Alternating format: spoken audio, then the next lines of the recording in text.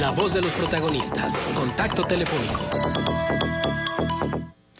Así es, recibimos con muchísimo gusto la presencia del senador Emilio Álvarez y Casa, y con él vamos a abordar el tema de la reforma energética, sus consecuencias, sus costos, la manera en que se ha venido discutiendo, si ha sido una discusión de altura o simplemente no se ha discutido porque el presidente mandó que no se le quitaran ni un punto ni una coma a la iniciativa preferente que él mandó precisamente al legislativo.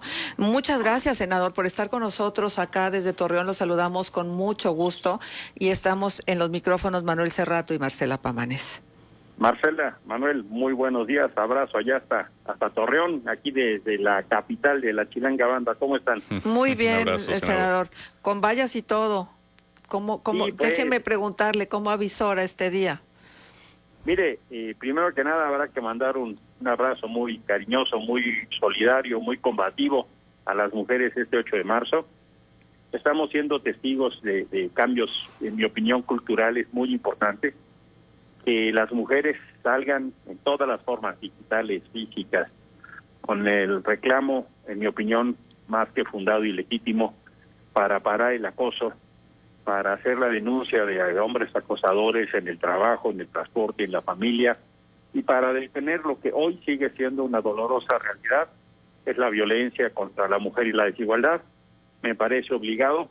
El 8 de marzo es ya una fecha simbólica, después de lo que vivimos el año pasado, el 8 y el 9, que nadie se mueve, pero ojalá, más allá de los discursos, vayamos avanzando a reducir esta dramática diferencia.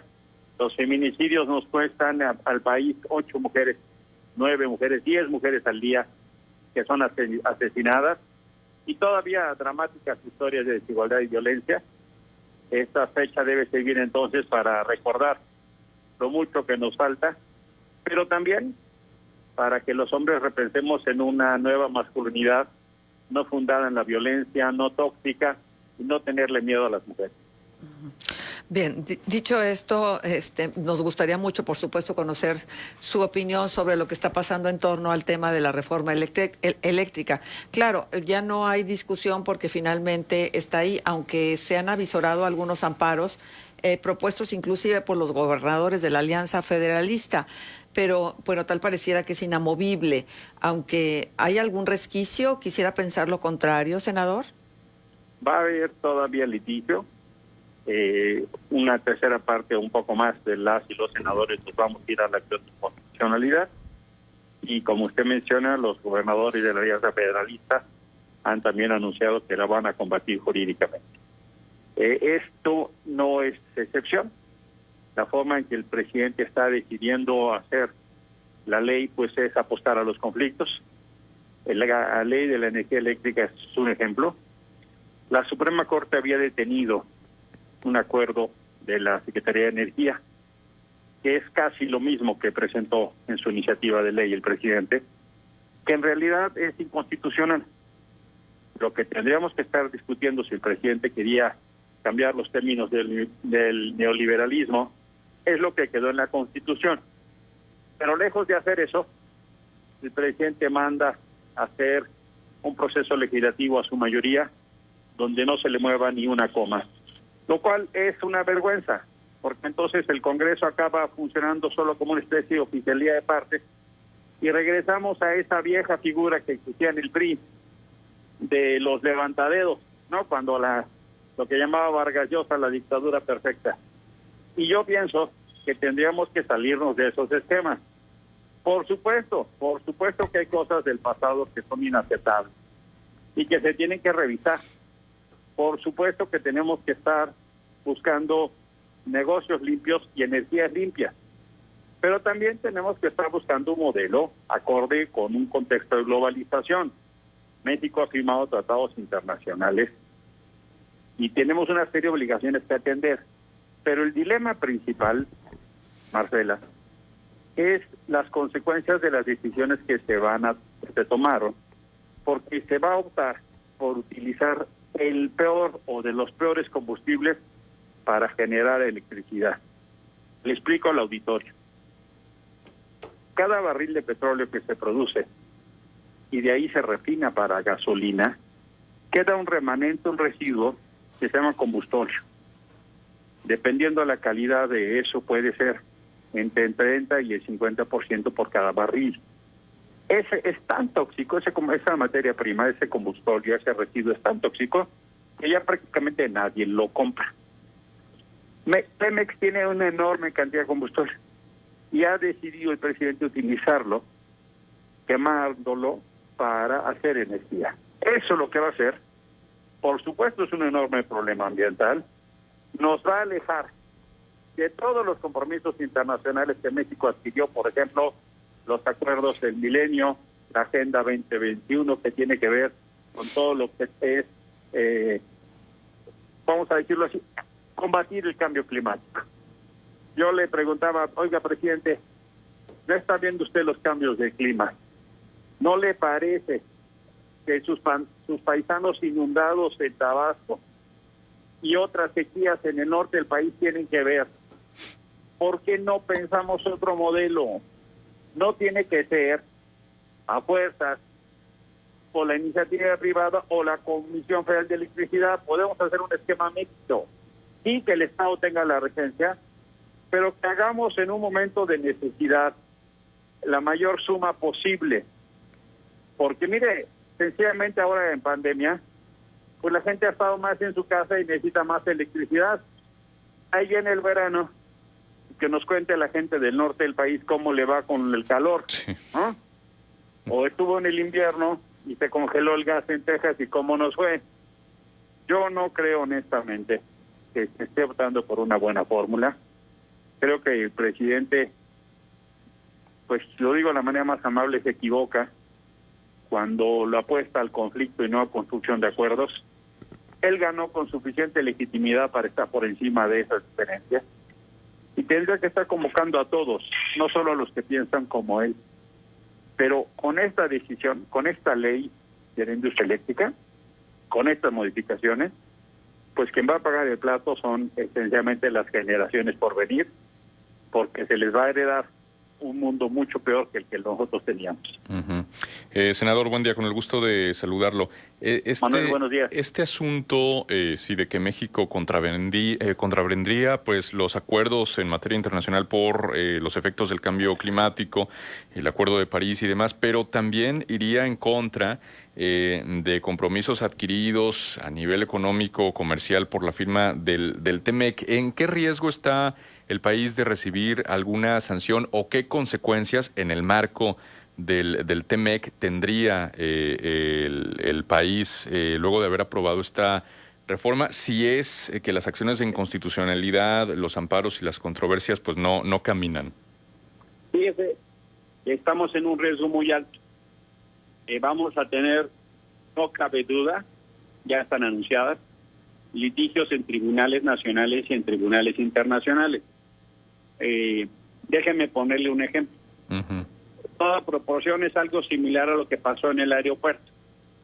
Lo que pasó en el aeropuerto internacional de la Ciudad de México es que se canceló y hubo que pagar miles de millones de pesos a las empresas con las que se les suspendieron los contratos. Y ahora estamos en el peor de los mundos. Tenemos miles de millones de pesos ahí tirados, que no se utilizan para nada, están pudriendo. Miles de millones de pesos que tenemos que pagar por lo que no hicieron. Y encima estamos pagando miles de millones de pesos por otro aeropuerto.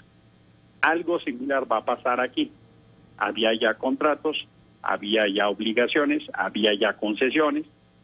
Y pues por supuesto que esta gente que invirtió, pues va a acudir en México o fuera de México a decir, oiga, a mí no me importa si es Peña o si es López Obrador. El país hizo un compromiso conmigo. Esto, por supuesto, va a tener una enorme consecuencia. Una de las peores, Manuel, es que contribuye al mal crédito del país en el ámbito del negocio internacional. ¿Y eso qué implica?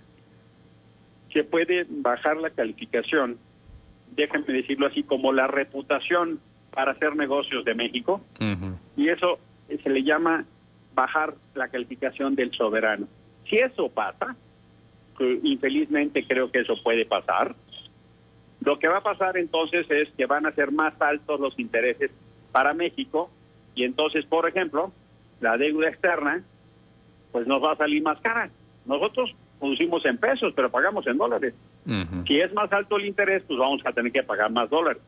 Probablemente también ya nadie vaya a querer invertir en materia energética en este país en lo que resta del sexenio. Entonces uno se pregunta, ¿y de dónde va a salir esta inversión? Pues probablemente va a salir de recursos públicos, como ha venido siendo en este gobierno. ¿Qué significa eso? Pues que va a haber más dinero para Pemex, más dinero para la Comisión Federal de Electricidad, pero va a haber menos dinero para salud, menos dinero para educación, menos dinero para otras cosas que del gasto público se pueden hacer. De manera entonces que esta decisión no solo tiene, Manuel, la muy gran implicación para el medio ambiente que hemos dicho, sino que va a contribuir a la mala imagen que está teniendo el gobierno de Andrés Manuel López Obrador en el entorno financiero internacional. Ya lo dijeron en la Unión Europea, ya lo dijeron en Estados Unidos y Canadá, o sea, no es algo que vaya a pasar. Ya en la Unión Europea esto se discutió. El gobierno de Biden ya lo dijo. Pues Manuel, infelizmente, hacer las cosas bajo el principio de hoy derecho no me quito y si me pegan me desquito, pues tiene sus consecuencias. Yo no digo que no haya habido abusos, por supuesto que los hubo.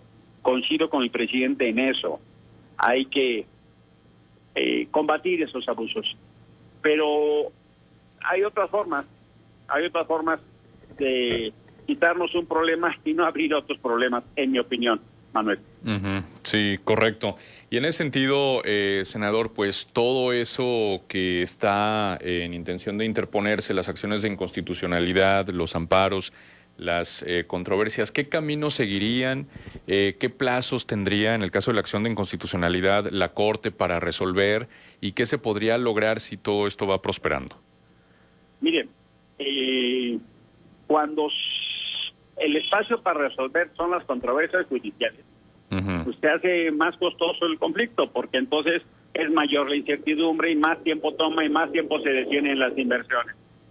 En este tipo de casos de inversiones y casos de contratos, creo que se aplica lo que dice la sabiduría popular: más vale un mal arreglo que un buen pleito. Por supuesto que son plazos largos. Hay un tiempo legal, digamos, a partir de que se publica esta reforma, tanto para la acción de inconstitucionalidad como para la controversia. No hay un tiempo legal establecido para que la Corte resuelva. Puede tardar 6 meses, 1 año o más, depende de lo que la Corte quiera hacer. Ojalá que la Corte haga su papel pues digno. Lo hizo en el caso del acuerdo de la CENAR. No tendría por qué salirse de su propio criterio. Y los tribunales internacionales pueden tomar 6 meses, 1 o 2 años, pero lo que se juega son sanciones de miles de millones de dólares. O sea, no es menor, Manuel, no es menor. Sí. Sí, no, el panorama se antoja complicado. Ahora, esto que dijo el presidente López Obrador y que han dicho prácticamente todos al momento de promover una reforma energética, lo dijo también Peña Nieto en su momento, que los costos iban a ser más bajos para el consumidor final. El presidente ha dicho que esto reducirá las tarifas eléctricas. ¿Será así o es simplemente en el discurso, senador? Yo pienso, Manuel, que solo en el discurso. El presidente nos dijo que iba a bajar la gasolina. No ha sido así. Al contrario, ha subido. Nos dicen que solo por la inflación, pero la expectativa es que bajara en serio. No que subiera poquito. Eso no ha pasado. Con este modelo de negocios que está haciendo el presidente, no hay manera que baje. La energía más barata es la energía limpia, la eólica y la que se genera por producto del sol, de paneles solares. México es un país privilegiado para eso. El norte del país puede generar una electricidad y tendríamos que estar haciendo modelos de negocio en esa ruta. No se está haciendo. Y es muy difícil que vaya a bajar la electricidad.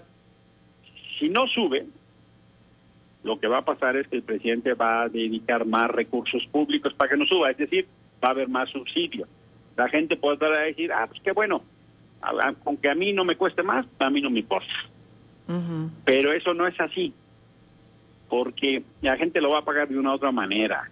Si generar electricidad cuesta más y la gente no lo paga en su bolsillo, lo va a pagar vía impuestos. Entonces, en lugar de recibir, por ejemplo, dinero para más hospitales ahora que hay pandemia, o apoyo para las pequeñas empresas ahora que hay esta crisis económica del tamaño del diablo, ¿verdad? Pues lo van a dedicar a generar electricidad. Si la energía es más cara, que todo indica que así va a ser, la gente lo va a pagar de una o de otra manera. Eso no hay duda.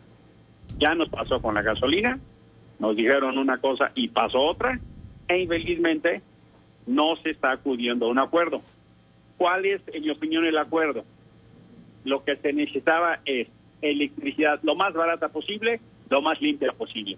Ese era el pacto que teníamos que haber hecho. Y eso teníamos que haberlo llevado a la Constitución, no por la puerta de atrás hacer una reforma que lo único que hace es apostar al conflicto. Claro. Senador, preocupa también, aunque ya tenemos muy poco tiempo, pero no quiero dejar de tener su opinión, esta situación que pudiera llegar en relación a los tratados comerciales que tiene México con otros países. ¿Hay algún punto en particular que deba preocuparnos a raíz de la reforma eléctrica en nuestra relación comercial con otros países? Mire, me choca decirlo, Marcela, pero se los dije. Cuando firmamos el TEMEC, eso lo hizo el Senado de la República, yo les dije, fui el único senador que votó en contra. Les dije, oigan, vamos a revisarlo, porque así como lo revisó Canadá y Estados Unidos, no tenemos prisa. Es más, el Senado mexicano lo revisó, Canadá y Estados Unidos pusieron reservas, y el Senado mexicano tuvo que aprobarlo 2 veces. Bueno, no se quiso hacer caso. Ahí vienen las consecuencias, y las consecuencias son que si bien se le reconoce a México la soberanía en materia energética, también se le obliga en el capítulo 22 a cuidar no solo los convenios y contratos establecidos, sino, por ejemplo, las inversiones privadas. Eso, por supuesto, que va a llevar a litigios. Ahora, el problema no acaba ahí, Marcela. México va a firmar con la Unión Europea un nuevo acuerdo que se llama Unión Europea 2 y con Asia-Pacífico. Si no se cuidan en el Senado, y desde ahorita se los digo, ya se los dije, vamos a tener otros problemas más adelante. ¿Y quién paga el plato roto? Pues no lo paga López Obrador, lo pagamos todos nosotros con nuestros impuestos, Marcela, Manuel, quien nos escucha. ¿Y qué se puede hacer? Pues manifiesten su preocupación. Les invito a que usen las llamadas benditas redes sociales, a ver si así nos escuchan. Claro. Y si no nos hacen caso, bueno, pues ahí está la urna en junio, y cada quien vote como considere. Yo voy a utilizar esa boleta para castigar las cosas que no me han gustado. Muy bien. Senador, pues le agradecemos muchísimo que nos haya acompañado, que nos haya aceptado esta conversación. Para nosotros es muy importante establecer este vínculo con quienes están en el Senado de la República. Pareciera que estamos tan distantes, de hecho lo estamos, 1000 kilómetros nos separan, pero necesitamos de viva voz escuchar las posturas de ustedes. Absolutamente, pues porque lo que ahí se decide nos impacta a todos. Exacto. Muchísimas gracias, Marcel. Gracias. Muy buenos días. Muchas Hasta luego, gracias. senador. El senador Emilio Álvarez y Casa estuvo con nosotros.